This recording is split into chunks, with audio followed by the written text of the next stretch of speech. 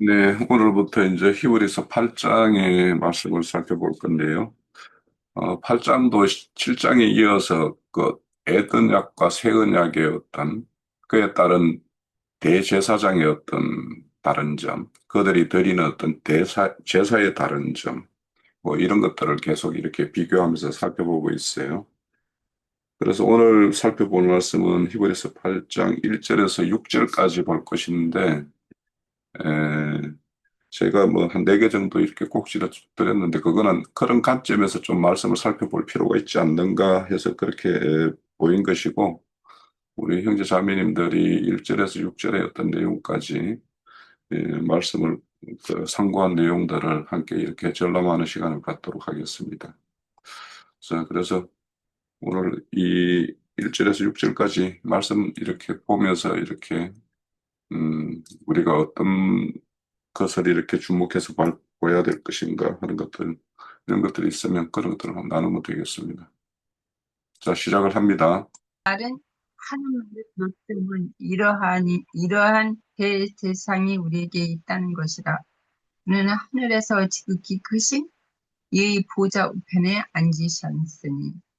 여기 이제 질문은 이제 2절인 것 같아요. 성소와 참 장막에서 섬기는 이시라. 이 장막은 주께서 세우신 것이요 사람이 세운 것이 아니라. 이게 여기서는 내가 에베소서를 한번 찾아봤어요. 이 말씀에 대해서는. 에베소서 2장에 보면,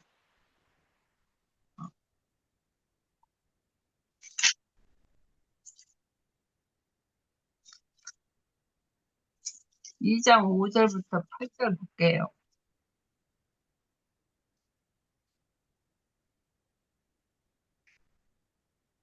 허물로 죽은 우리를 그리스도와 함께 살리셨고, 너희는 은혜로 구원을 받은 것이다. 또 함께 일으키사 그리스도 예수 안에서 함께 하늘에 앉으시니, 이는 그리스도 예수 안에서, 어, 이는 그리스도 예수 안에서 우리에게 자비하심으로써 그 은혜의 지극히 풍성함을 오는 여러 세대에 나타나려 하십니다. 너희는 그 은혜에 의하여 믿음으로 말미암아 구원을 받았으니 이것은 너에게서 난 것이 아니요 하나님의 선물이라 그렇게 말씀하셨어요. 이게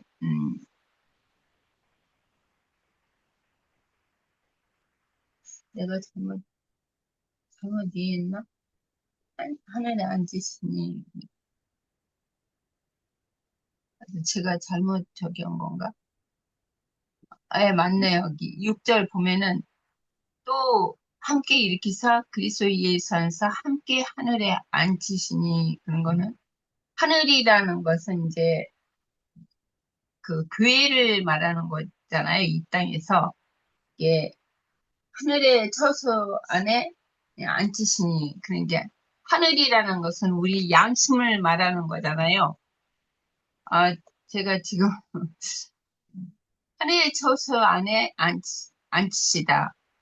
그러면 허물로 죽은 우리를 그리스도와 함께 살리셨고, 이게 그리스도 안에서 이제 영이 죽은 자, 우리는 다 허물로 죽은 자들인데, 주님이, 이, 그, 함께 하늘에 앉히셨다는 것은 이제 우리를 거듭나게 하서 산 소망을 있게 하시며, 그게 이제 하늘에 앉히셨다는 것은 이제 우리 영이 거듭났다는 것을 말씀하시고, 우리 영 안에 주님이 들어오셨잖아요. 거듭나게 하심으로. 이게 우리를 이게 참 하늘에 이제 들어가게 했다는 것은 이 땅에서는 교회를 말씀하시는 거잖아요. 이게 하늘에 앉힌 그러니까 구약에 죄를 죽었던 우리를 이제 양심을 영을 살려서 교회 생활에서 이제 하늘에 앉힌 자들이잖아요. 하늘의 장작교회는 하나님의 그 거듭나게 하셔서 하늘 교회를 이제 내가 지금 말을 자꾸 더듬게 잘 안 나오는데, 어쨌든 하늘에 앉혔다는 것은 우리가 이제 산 소망을 두고 죽었던 사람들을 주님이 살려서 이게 주님 안에 이제 함께 주님은 내 안에, 나는 주님 안에, 그래서 교회를 이루는 그런 말씀인 것 같아요.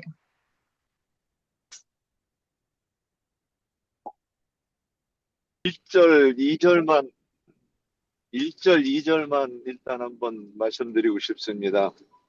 네, 그 1절에서 하늘에서 지극히 크신 이의 보좌 우편에 앉으셨다 그러면 하나님의 우편이 어디인가? 우리가 이거를 좀 저는 이 부분에 대해서 어떻게 이해하고 있느냐면 사도행전에서 그 주님이 그 감람산에서 승천하실 때 구름이 가리워 보이지 않게 되었다 그랬습니다. 저는 그러면 구름 위로 계속해서 올라갔다는 얘기인가? 근데 우리는 히브리서 12장에서 구름이 온전하게 된 의인의 영들이라고 보았으면 지금 주님께서 구름 속에 좌정에서 앉으셨다고 하는 그 표현으로 이해가 되어 그렇게 그림이 그려져야 그것이 이해가 아닌가 싶습니다. 그래서 그러면 거기 구름 위에 앉으셨고 거기서 좌정하신 것이 하나님 우편에 앉아 계신 것이라고 이렇게 보입니다.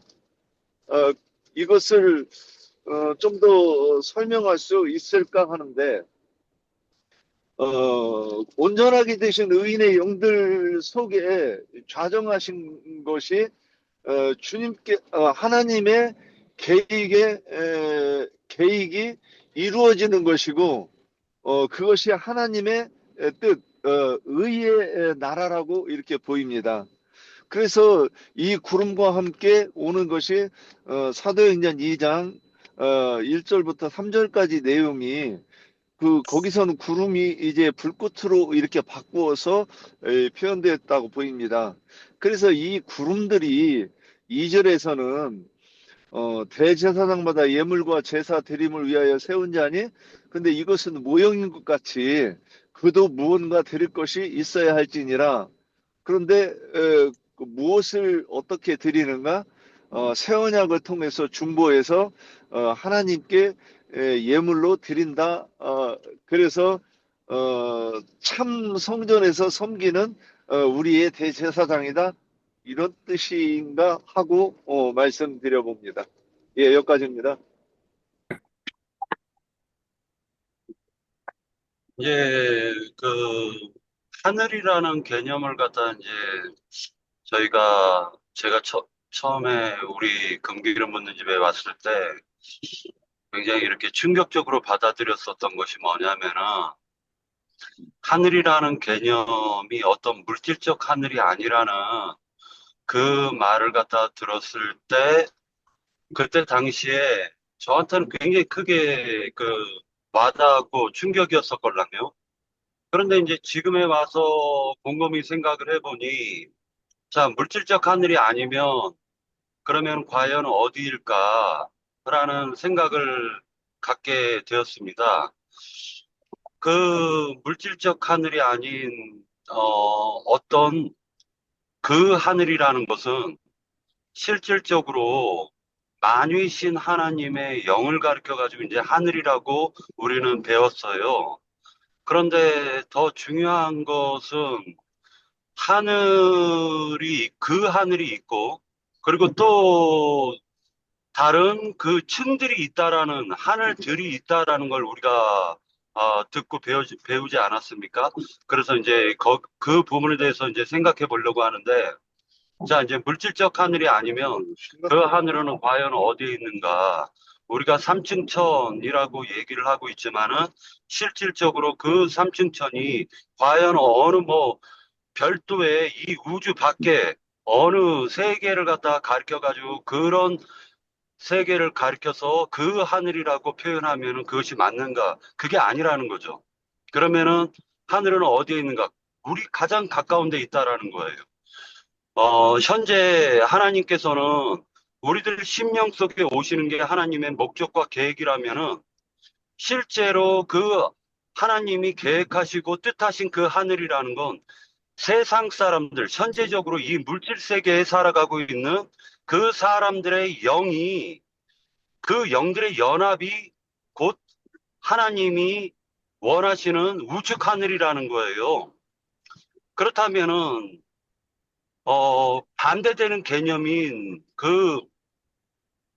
반대되는 개념인 그 지옥이라는 것도 마찬가지로 어느 별도의 세계가 아니라 지금 현재 살고 있는 이 물질 세계에 그 물질 세계에 살아가고 있는 사람들의 그 죽은 영과 죽은 마음을 가르쳐 가지고 지옥이라고 지금 얘기를 하고 있다라고 보는 거예요. 그래서 세상 기독교계는 그 부분을 갖다가 구별하지 못하기 때문에 자꾸만 어딘가 구름 타고 오시는 그 예수님을 바라보게 되고 자꾸만 하나님 따로 예수 따로 성령 따로 이렇게 바라보는 개념이 있더라는 거예요.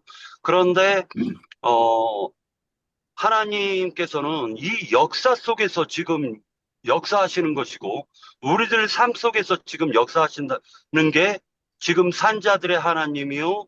그리고 그 하나님께서 가장 그 고귀하시고 가장 우주 만물보다 크신 그 하나님이 인간들의 심령 속에 오시는 그 비밀한 역사가 성경에 숨겨져 있다라는 거를 갖다 우리가 알 수가 있어요. 그래서 하늘 하면은 바로 하나님께서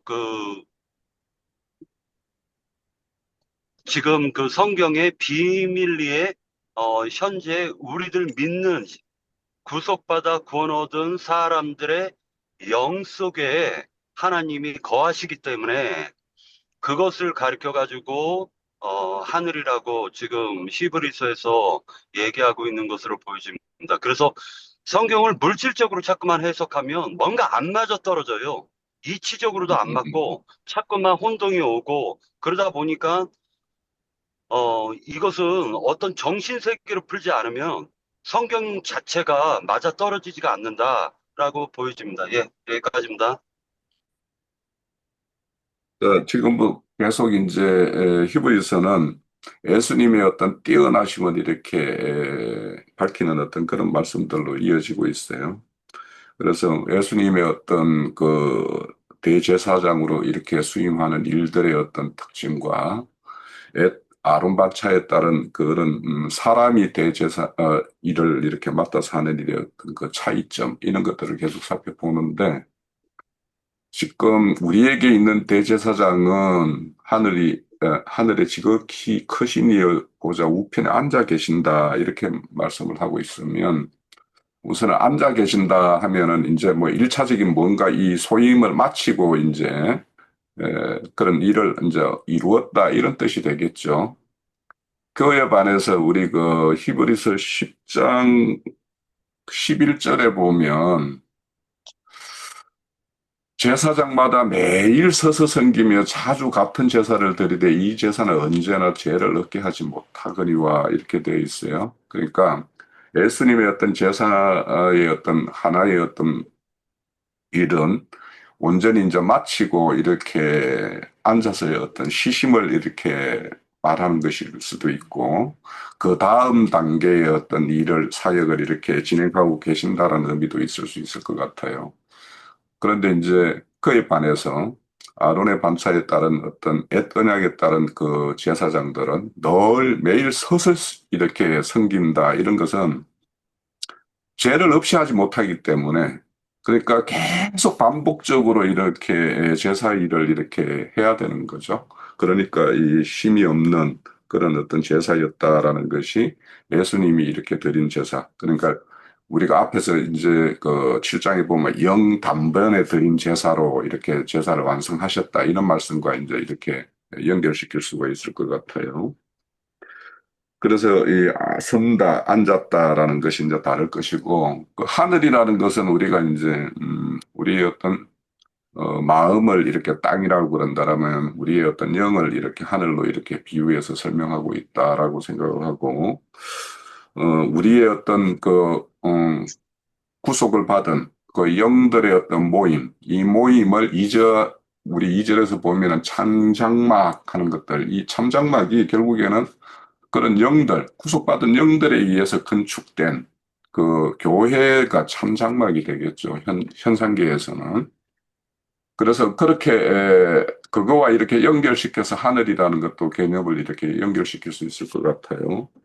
그래서 그 하늘이라는 것은 이제 실질적으로는 하나님의 온전한 통치가 이루어지는 어떤 그 세계를 이렇게 하늘이라고 이렇게 본다라면, 그래서 우리가 흔히 천국, 뭐 이렇게 하나님 나라 뭐 이런 것들을 이렇게 연결시켜서 보기 때문에 하늘이라는 것은 하나님의 온전한 통치가 이루어지는 어떤 영역이라고 이렇게 볼 수 있을 것 같고, 그리고는 이제 그 보좌에 앉으셨다라고 하는 것은 보좌 우편에 앉으셨다라고 하는데, 저는 이제 우편이라는 것을 이제 여기는 우편은 항상 건세와 뭐 이런 영광, 뭐 승리자가 이렇게 가질 수 있는 그런 것들에 어떤 속한 영역이라고 보는데, 그런데 이제 이거를 또 좀 더 우리가 알고 있는 개념으로 이렇게 연결시키면 아버지의 나라와 아들의 나라 이렇게 이해할 때, 이 하늘은 아버지의 나라라면 우편은 아들의 나라, 그 이긴 자들의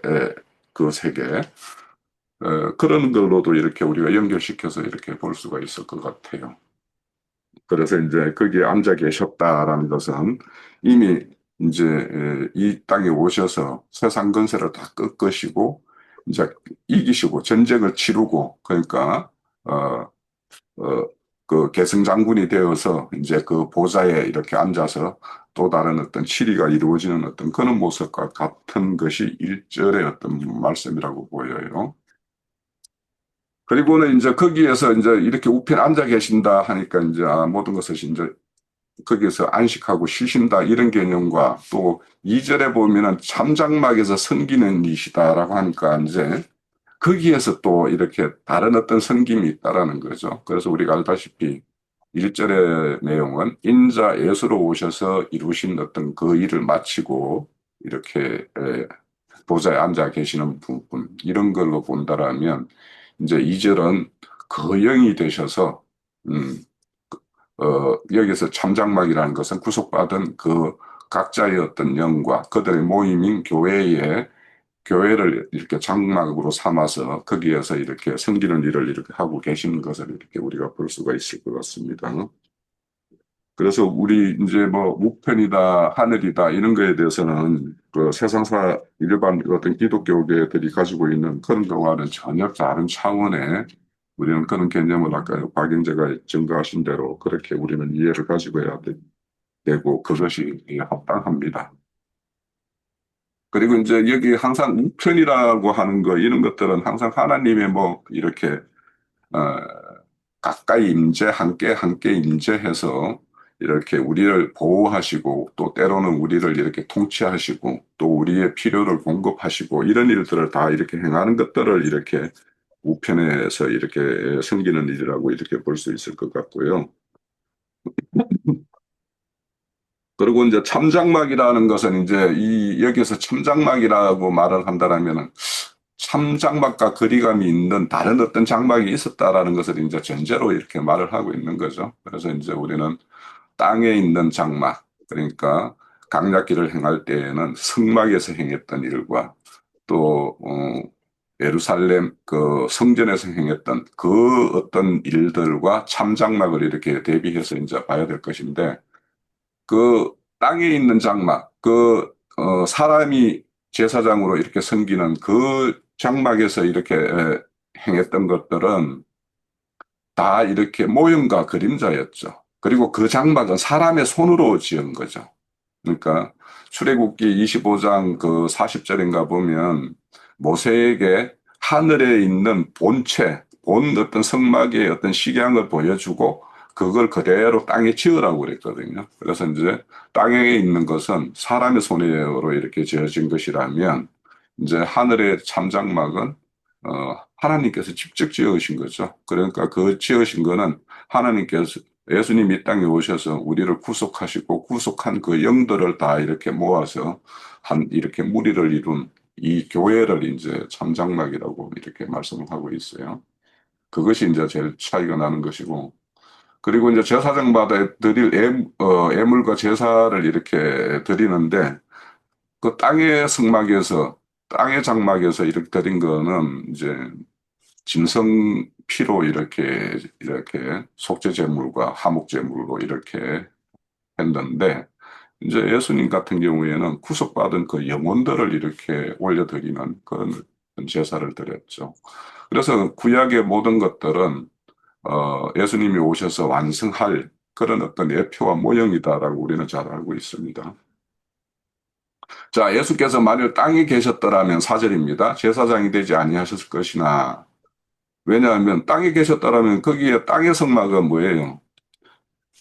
레위 지파 아론 계열에서만 제사장을 할 수가 있었기 때문에 할 수가 없었죠. 그렇지만 예수님은 그런 어떤 땅에 속한 그런 제사가 아닌 하늘에 속한 그런 제사를 이렇게 드리는 직분을 수행했기 때문에 전혀 다른 이렇게 제사장으로서 다른 예물로서 온전한 이렇게 제사를 지냈습니다. 그리고 5절에 보면 그들이 섬기는 것은 하늘에 있는 그의 모형과 그림자 이렇게 되어 있는데, 그러니까 성막을 지은 것도 모세에게 이렇게 보여준 것은, 그러니까 하늘의 어떤 성막의 어떤 실체가 따로 있는 걸, 그걸 모형적으로 보여준 것을 이제 사람으로 지었기 때문에 성막 자체도 모형이죠. 그래서 성막이나 성전에는 뭐 우리가 알다시피 마당뜰이 있고 덩어리를 지나서 성소에 들어가게 되면 이제 성소에는 여러 가지 뭐 떡상이다, 금촉대다, 분향단이다 이런 것이 있고, 또 그 휘장으로 가려진 그 뒤편에는 하나님의 어떤 영이 계시는 그 지성소가 있죠. 그래서 그런 것들은 다 이렇게 육체와 사람의 어떤 마음과 또 사람의 어떤 영을 이렇게 보여주는 것도 있고, 뭐 이런, 또 우리가 알다시피 사람의 어떤 마음과 영을 이렇게, 뭡니까? 땅과 하늘을 이렇게 대비시켜서 보여주는 것도 있고, 그렇죠. 그래서 우리가 이런 것들은 다 하늘에 있는 어떤 실상을 그대로 이렇게, 그림자로, 모형으로 이렇게 보여주는 것이라고 우리는 다 그렇게 잘 알고 있습니다. 그래서, 이런 어떤 것, 그래서 이제 예수님 이 땅에 오셔서 사마리아 여인을 만났을 때, 예배 드릴 곳을 어디에서 예배를 드려야 합니까? 라는 어떤 창조적인 개념으로 이제 여인이 물었을 때, 여기도 아니고 저기도 아니고, 너희들이 영과 진리로 예배할 때가 온다라고 말씀했어요. 그러면은 영과 진리로 드리는 예배가 어디에서 이루어지느냐? 그것이 창장막인 2절에 참장막인 그분이 섬기는 그 장막에서 이루어지는 것이고, 그것이 오늘날에 우리가 실행하는 교회에서 이루어지는 것이죠. 그렇게 보시면 될 것 같고, 또 우리 마지막으로 볼 거는 이제 예수님이 더 좋은 언약의 중보자가 되셨다라고 하는 것은 이제 옛 언약에 따라서는 모세가 이제 이렇게 중보자 사역을 했죠. 그렇지만 그 중보가 온전치 못했기 때문에, 그래서 그 모세가 실행한 그 율법이라는 것은 하나님의 어떤 거룩한 법이죠. 그렇지만 그 법은 인간의 어떤 연약함으로 인해서 온전히 이렇게 지킬 수가 없었죠. 그래서 이제 모세를 통해서 주어진 그 율법은 돌비에 새겨져 있어요. 그래서 돌비에 새겨져 있어서 사람과 이렇게 하나의 일체된, 연합된 어떤 그런 상태가 아니고 분리된 상태예요. 그래서 그 법은 항상 이렇게 사람에게 강제하고 강요를 하죠. 그걸 지키라고. 그렇지만 이제 그걸 온전히 지킬 수 없는 것이 이제 그 에드언약이었고, 그러다 보니까 그 에드언약의 어떤 율법은 우리의 어떤 연약함을 이렇게 드러내고 우리의 어떤 실상을 드러내는 역할, 그런 역할만 했죠. 그래서 그 율법에 대한 것으로는 온전히 죄를 없이 하지 못했다라고 이야기를 하는데, 이제 그에 비해서 이제 여기에 말하는 더 좋은 약속, 더 좋은 언약, 이렇게 예수님이 중보자로 이렇게 행하시는 어떤 그 직분은, 예수님은 하나님과 우리를 온전히 화목해 하시는 어떤 그 일을 다 하실 수가 있었죠. 그렇게 다 하셨고, 그리고는 이제 어떤 법의 구속이 아니라 이렇게 이제 내주에 이제 이렇게 또 살펴볼 7절 이하에서 이제 우리가 8장 7절 이하에서 살펴볼 그 새 언약의 어떤 내용의 어떤 특징은 뭐냐? 에더약이 돌비에 새겼다라면 새 언약은 우리 마음에 새겨져 있거든요. 그래서 새겨져 있기 때문에, 그래서 그 법은 우리가 이제 생명의 성령의 법이라고 하는데, 이 법은 우리 그냥 세상의 어떤 나와 분리된 어떤 법과 달리 분리되어 있다라는 것은 내가 그 법을 어길 수도 있고 또 잊어버릴 수도 있지만, 그것을 너희 마음속에 새겼다라고 하면, 새겨진 법은 늘 뭔가 그런 사안이 발생되면 그 법이 이제 간섭을 하죠. 그래서 간섭을 해서 나를 통제하기도 하고, 때로는 이렇게 우리를 강제해서 그것으로 이렇게 못하게도 하고, 그렇게 하는 법의 어떤 권능이 있고 능력이 있기 때문에, 그래서 이제 돌비에 새겨진 것과 마음에 새겨진 것이 전혀 다른 어떤 그런 것인데, 그 내용에 대해서는 뭐 내주에 좀 더 세밀하게 살펴보기로 하고, 우선 이제 더 좋은 직분이라는 것은, 예수님은 온전한 어떤 중보자의 어떤 직분을 수행하시는 분이죠. 그래서 하나님과 우리 사이의 어떤 막힌 모든 것들을 이렇게 담을 이렇게 허물고 하나님과 온전히 연합할 수 있는 어떤 그런 중보자였다라면, 모세는 하나님의 어떤 그 법을 이렇게 지키게 하는, 그래서 그 강제하는 어떤 그런 법이어서 실질적으로 잠시 잠깐 뭔가를 이렇게 행하는 듯하지만 그것이 온전하지를 못했고, 그래서 우리가 이제 이런 어떤 하늘의 어떤 참장막에서 섬긴다라는 어떤 이것은, 과거에 우리가 어떤 의례적이고 외형적이고 그는 어떤 겉모양을 내는 어떤 이런 제사였다라면, 이제는 그런 것을 다 끝내고 우리 심령 가운데에서 우리가 스스로 자원해서 이렇게 에, 내면에서 이렇게 드리는 어떤 그런 제사이기 때문에, 그것은 결국에는 그 제사가 이렇게 그 섬김을 이렇게 받게 되면 결국에는 우리가 우리의 어떤 옛 생각을 다 이렇게 꺾고 새 생각으로 이렇게 하나님께 이렇게 우리를 순종케 하는 그런 어떤 걸로 이렇게 이끄는 것이 이 새 언약의 새로운 어떤 중보자의 어떤 일이다, 이렇게 좀 말씀을 드릴게요. 예.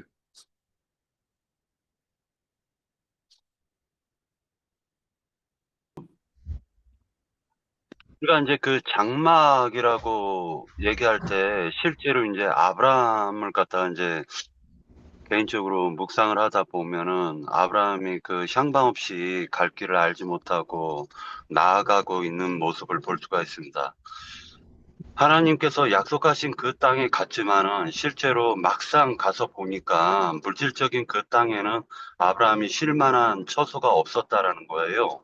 그러면은 아브라함 입장에서는 다시 또 애굽으로 내려갔지만은, 그 애굽에서도 오히려 자기 아내 사라를 갖다가 빼앗기는 사건이 있었을 뿐이에요. 그래서 아브라함의 일생을 갖다 유심히 보면은, 자, 아브라함의 장막은 항상 따라다녔었어요. 아브라함이 가장 사랑했었던 사라가 바로 아브라함의 참 장막이었었던 거예요. 그런데 아브라함의 참 장막인 그 사라에게 따라다녔지만, 그 적과 꿀이 흐르는 그 하나님이 지시한 그 땅을 아브라함은 물질적으로 찾으려고 했었고, 그 찾은 결과가 바로 하갈을 통해서 이스마엘을 낳은 것이라는 거죠. 그리고 자기의 종인 에베네셀을 갖다가 후사로 정하니까 이 말까지 했다라는 거예요. 그러니까 아브라함의 일생을 가만히 보면 실제로 그 아브라함의 그 참된 그 장막은 항상 옆에 계속적으로 사라가 붙어 있었음에도 불구하고 아브라함은 물질적 장막을 갖다가 찾고 다녔다라는 걸 알 수가 있어요. 그래서 성경에 신약 성경에서 사도 바울이 뭐라 얘기하냐면 갈라디아서에서 보면은 하갈과 사레를 갖다 대비하면서 하갈은 이 육신적인 장막을 갖다가 육적 장막을 갖다가 가리키고 있었던 것으로 묘사를 하고, 그 다음에 사라는 그 아브라함이 참된 안식을 갖다 누릴 수 있는 참장막으로 묘사를 하고 있었다. 그걸 알 수가 있고, 그 다음에 아담에게 네 배필을 갖다 구하라 하면서 그때 당시 네피시아야들인 그 생물들을 갖다 다 보여줬단 말이에요. 그런데 아브라함에겐 참된 쉼을 얻을 수 있는 참된 장막을 얻을 수가 없었어요. 그래서 아브라함의 깊이 잠들게 해가지고 아브라함의 그 뼈를 갖다가 취해가지고 달과 살을 갖다가 입히고 하와라는 여자를 데리고 왔었습니다.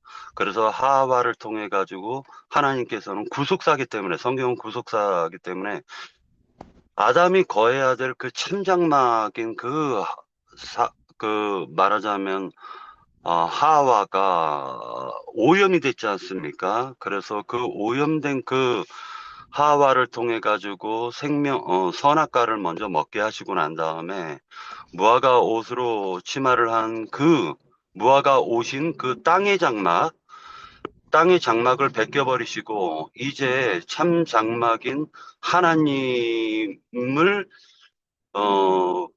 덮어주시는 거예요. 그래서 그때서부터 하와는 산자의 어미가 되는, 그리고 아담은 산자의 아비가 되는 그 축복을 받게 되는 것을 볼 수가 있어요. 그래서 이 참장막에 대해서 아브라함이 참되게 깨달았기 때문에 그 하갈의 아들 그 이스마엘이라든지 아니면은 또 그 아담의 이삭의 그 후예인 그 쌍태인 에서와 야곱도 마찬가지로 그 배필이 장막인데 가난한 여자를 갖다가 얻거나 땅의 것을 자꾸만 얻으려고 하니까 리브가가 근심했다라는 거예요. 그래서 이런 부분을 볼 때 장막은 말 그대로 하나님이 거하시는 참된 배필들을 갖다가 지금 말씀해주고 있는 것이다라고 개인적으로 생각합니다. 예. 애굽에서 애굽에서 출애굽해가지고 이스라엘 백성들이 광야에서 성막을 지었고 그 성막을 예표가 지금 신약에서 장막이라고 표현하는 것이라고 이렇게 보이는데, 그리고 이후에 새 예루살렘에 내려오는 그 예루살렘 성에 내려온다고 이렇게 표현하는 그 두 가지 표현을 가지고 한번 이렇게 비교해 보면, 아까 이제 제가 그 구름 위에 좌정하시는 그 주님이 구름과 함께 내려오셨다 그러면 이제 교회인데, 그 교회가 하나님이 보좌가 이 땅 위에 임하는 것으로 이렇게 그림을 그려볼 수 있지 않은가 싶어요. 그리고 그 구름이 장막이 된다, 저는 이렇게 이제 기억을 하고 있는데, 일단 제 머릿속에서는 그렇게 이제 그림이 그려지는 거예요. 그래서 신약의 교회가 그 하나님의 참된 장막이 처진 상태가 신약의 교회라고 이렇게 설명을 해봅니다. 예, 여기까지입니다. 네. 여기 장막이라는 거 나도 좀 질문을 드리고 싶은데요. 여기 고린도 후서 5장의 1절 보면은 만일 땅에 있는 우리 장막집이 무너지면 하나님께서 지으신지 곧 손으로 지은 것이 아니요 하늘에 있는 영원한 우리 집이 있는 줄 아노라 그랬거든요. 이게 땅에 있는 장막집이라는 것은 우리의 몸을 말하는, 우리 옛사람의 그 자아를 말하는 거 아니에요? 그리고 저기 이 장막에 대해서 베드로 후서 보면은 이 말씀이 있더라고요. 이게 1장 12절 보면은 그러므로 너희가 이것을 알고 미리 있는 이 진리에 서 있으나 내가 항상 너에게 나아가게 하려 하노라. 내가 이 장막에 있을 동안에 너희를 일깨워 생각나게 하니 옳은 줄로 여기노니 이는 우리 주 예수 그리스도께서 내게 지시한 것 같이 나도 나의 장막을 떠날 것이 임박한 줄을 아니라. 여기 베드로 후서에서는 이제 주님이 이 땅에 교회 생활을 하시고 믿음 생활을 하다가 이제 그 떠날 것을 이제 여기는 말씀하신 거잖아요. 장막을 벗을 날이 임박했다. 그것은 이제 이 몸을 말씀하시는 거 아니에요, 여기서는? 네, 맞습니다. 예, 그래서 몸의 구속이라고 우리가 그렇게 잘 교회 중에 증거를 듣고 있잖아요. 예. 예, 예. 예. 장로 형제님 말씀 듣고 마치도록 할게요. 오늘은 매우 중요한 얘기들이 참 많이 나오네요. 하늘 땅으로부터 시작해서 이제 장막 이야기까지 나눴는데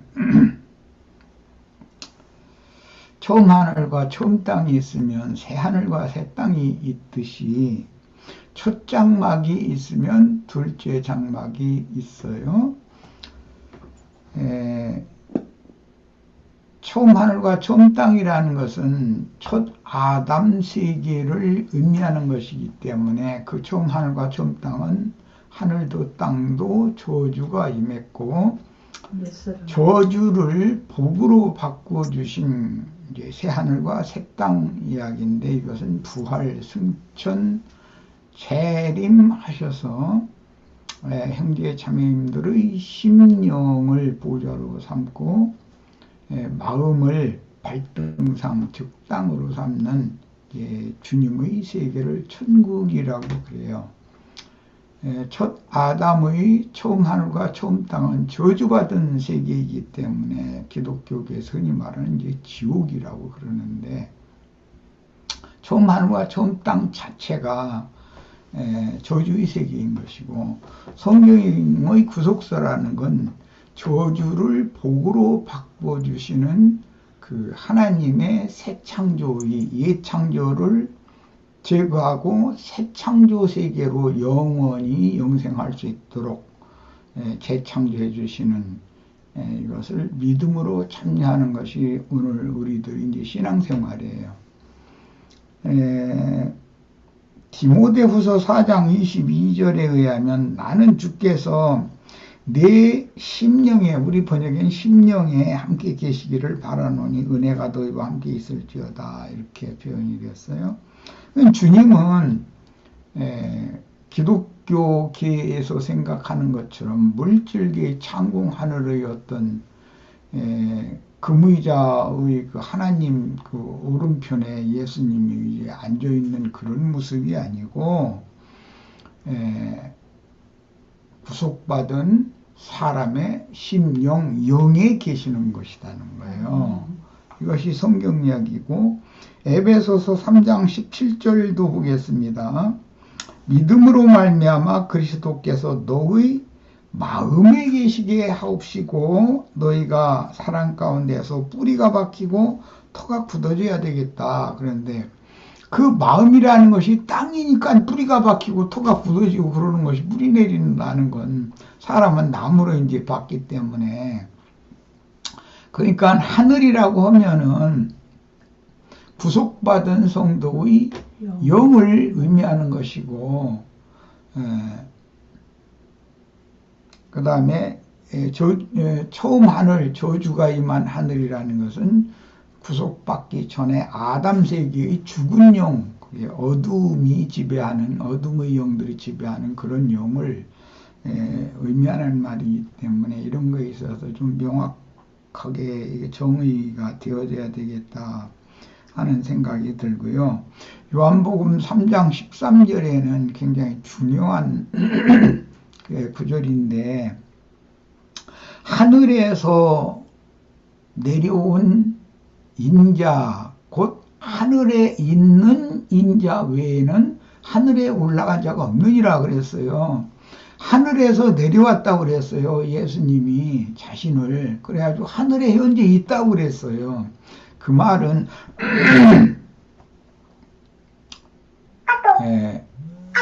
아버지 하나님에 의해서 처음에 성령에 의해서 예수님의 영이 잉태되었고, 아버지에 의해서 예수의 영이 세상에 보냄을 받았다. 나와 아버지는 하나다. 하나님의 영과 나의 영은 하나다. 지금 그 말인 것이고, 하늘은 나의 보좌요, 땅은 나의 발등상이다 라고도 성경에는 기록이 됐는데, 이것은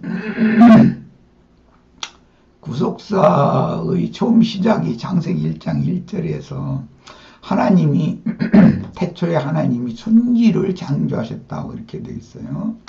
거기 이제 하늘들과 땅이라고 하는 것이 예수 그리스도와 그분의 예수 그리스도의 영과 그분의 마음이 최초에 창조되어진 그 천지라는 것이에요.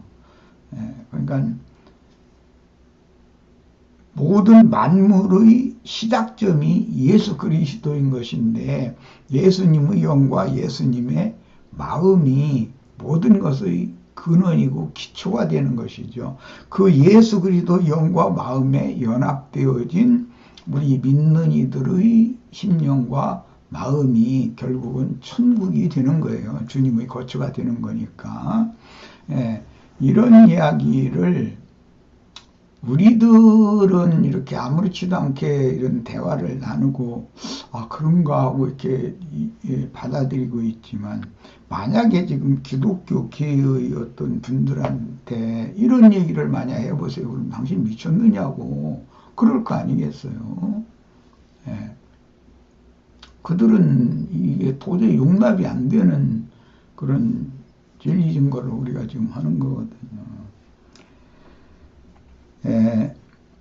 히브리서 지금 8장 나누고 있는데, 영원한 멜기세덱 반차의 대제사장이 되신 그분은 그 전에는 아론 반차의 대제사장으로 오셨어요. 보혜사로 오셨어요. 보혜사라는 게 이제 중보자, 중재자라는 말인데, 그런데 예수를 그 율법에 의해서 죽였기 때문에 영원한 대제사장과 함께 하늘에 앉혀진 사람들은 영생을 얻은 것이지만, 멜기세덱 대제사장은 우리와 함께 계시다. 지금 현재 이와 같은 대제사장은 우리와 함께 계시다 그랬는데, 우리와 함께 계신 영원한 대제사장은 멜기세덱 반차의 대제사장이고, 반대로 예수를 죽인 유대교와 함께 하던 대제사장은 아론 반차의 대제사장이거든요. 그러니까 이제 이 두 문제를 잘 이제 생각을 해보면, 성경이 모두가 다 하늘과 땅, 그 다음에 옛것과 새것, 첫 창조와 새 창조, 모든 문제들이 다 저주받은 물질 세계의 창조 세계를 폐하고 다함이 없는 새하늘과 새 땅의 새로운 모든 피조물들에게 새하늘과 새 땅의 영원한 영생을 유업으로 물려주고자 하시는 것이 구속사다. 히브리서 8장은 이것을 아주 체계적으로 7장, 8장 아주 잘 증거하고 있고, 이제 9장에 넘어가면 그럼 구체적으로 참 하늘이라는 게 그건 뭐냐, 피부림 받은 양심, 양심이 죽었다가 살아나는 이야기, 이제 양심으로 살아계신 하나님을 섬기게 하는 것이 제사를 드렸던 목적인데, 아론 반차의 그 사제 직분이라고 하는 것은 인자 예수가 죽음으로 인해서 율법 제도의 아론 반차의 사제 제도는 끝났고, 그 영으로 부활하신 영원한 대제사장의 사역이 멜기세덱 반차의 사역으로 영원히 이렇게 이어진다라는 말을 지금 하는 거예요. 그래서 이제 이런 여러 가지 간단하게 이게 진리를 다 증거하기는 어려울 만큼 여러 가지 말씀들이 그 히브리서에 아주 깊이 있게 다뤄지고 있는데, 오늘 우리들이 영원하신 대제사장이 되신 부활 승천하여 그 영으로 재림하신 그 그리스도 안에서 함께 하늘에 앉혀진 사실, 이걸 이제 내가 계속해서 강조하고 있는데, 이것이 믿어져야 되겠다. 이건 믿음으로 되는 문제다. 사람이 저주받은 처음 하늘과 처음 땅에 있던 첫 아담에 속한 세계에 있던 사람이 둘째 아담, 마지막 아담, 새하늘과 새 땅의 실체 실존이신 그리스도 예수 안으로 옮겨진다라는 것은 믿음으로 되는 이야기인 것이지, 죽은 다음에 뭐 휴거돼서 뭐 어디 높은 데 어디로 올라가서 좋은 데로 가고, 이게 완전히 기독교계가 지금 사기하고 있다는 거예요. 사기치고 있다. 그런 사기에 우리는 더 이상 말려들지 말아야 되겠다라는 것을 이 시간에 특히 당부하고 싶습니다. 마칩니다. 나도 두서없이 막 하도 많은 것을 다 한꺼번에 쏟아놓으려니까 그랬네. 두서없이 얘기는. 그래도 잘 정리하시기 바랍니다. 첫 아담의 세계와 마지막 아담, 둘째 아담의 세계.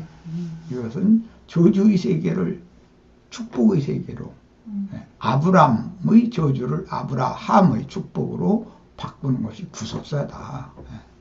이렇게 요약하겠습니다. 마칩니다.